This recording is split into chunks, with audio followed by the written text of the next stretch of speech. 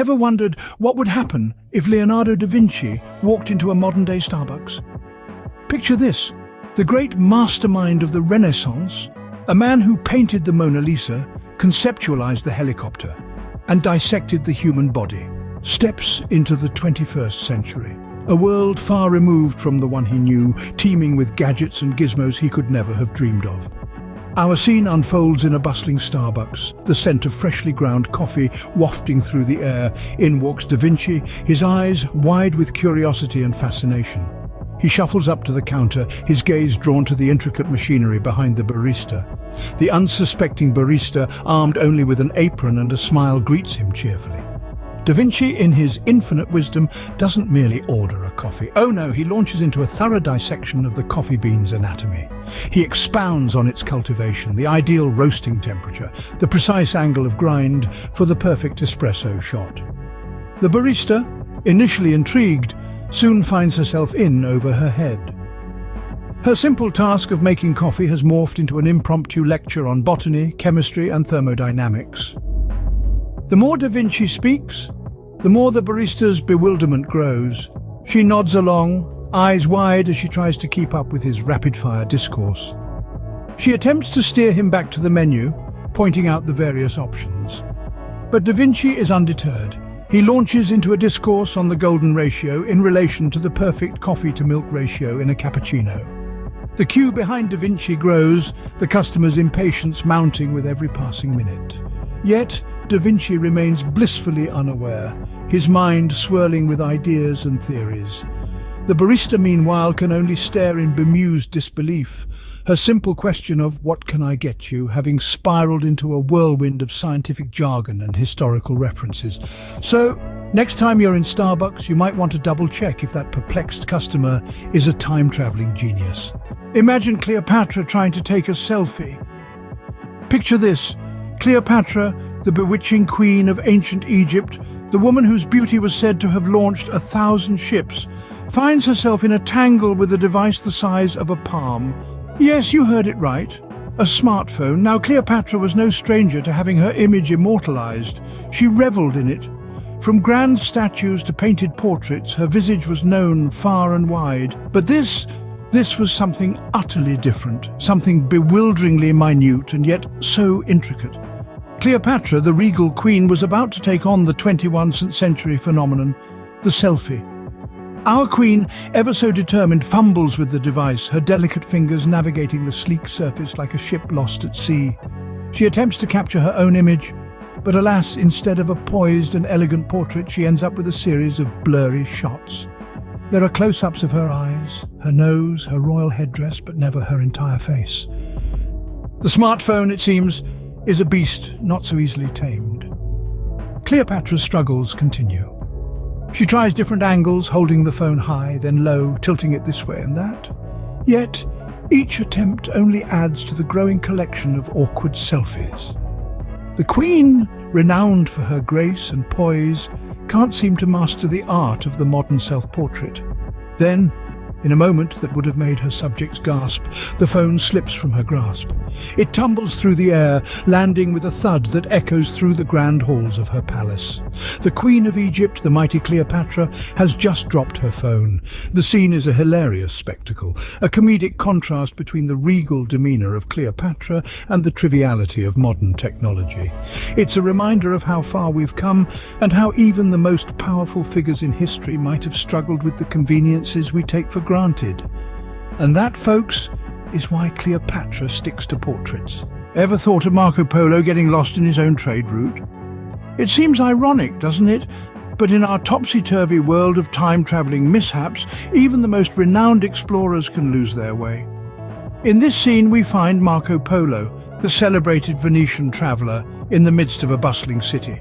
This is no ordinary city, though. It's one Marco himself mapped out during his legendary journey along the Silk Road. Yet here he is, hopelessly lost and utterly perplexed. Our intrepid explorer, famed for his navigational skills, finds himself wandering aimlessly through streets and alleyways he should know like the back of his hand. He's consulted his own notes, squinted at his own maps, and even tried to recall the intricate details of his past experiences. But alas, all to no avail. The irony of the situation is not lost on him. Marco Polo, the man who introduced the wonders of the East to the Western world, cannot seem to find his way in a city he himself charted. The frustration on his face is palpable, but it's also tinged with a hint of humour. In his confusion, he retraces his steps, second-guesses his directions, and even tries to ask locals for help. But of course, they're as baffled as he is. After all, how can Marco Polo, of all people, get lost in a city he helped put on the map? In the end, our hapless hero finds himself back where he started, standing in the same spot, still just as lost. His journey through the city has been a comedy of errors, an ironic twist in the tale of one of history's greatest explorers. As we watch Marco scratch his head in bewilderment, it's hard not to chuckle.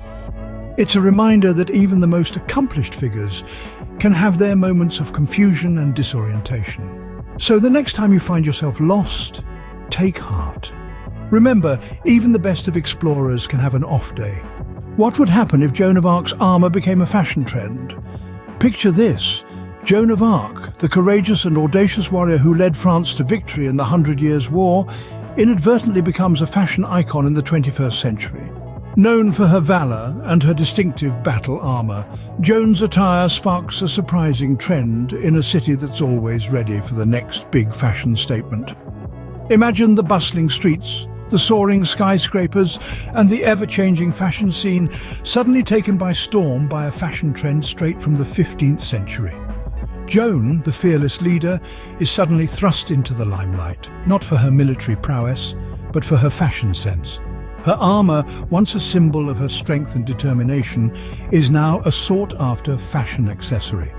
The irony is as thick as the steel of her armour. But it's not just the armour that's causing a stir. Joan's signature short hair, initially cut for practicality, becomes a must-have hairstyle. Salons across the city are swamped with requests for the Joan of Arc cut. And let's not forget her flag. Once a rallying cry on the battlefield, now a must-have accessory, waved proudly at fashion shows and parties. In the midst of this fashion frenzy, Joan remains as unflappable as ever. She's perplexed, bemused, and a little bit amused. After all, she's a warrior, not a model. She's more accustomed to the clang of swords than the click of cameras. But the city adores her, and Joan, ever the good sport, takes it all in her stride. It's a sight to behold. Joan of Arc, the woman who once commanded armies, now commanding the runway. The warrior who fought for her country, now fighting off paparazzi.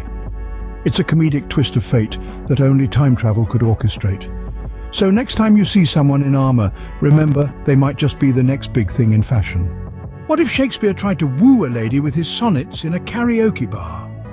Picture this: William Shakespeare, the revered bard of Avon, strolling into a bustling karaoke bar, his quill tucked behind his ear, a sonnet ready to be unfurled, a place where music and cheer fill the air, and the language of love is sung rather than spoken. Our dear Shakespeare, not one to shy away from a challenge, spots a lady by the bar. He decides to use his poetic prowess to win her heart.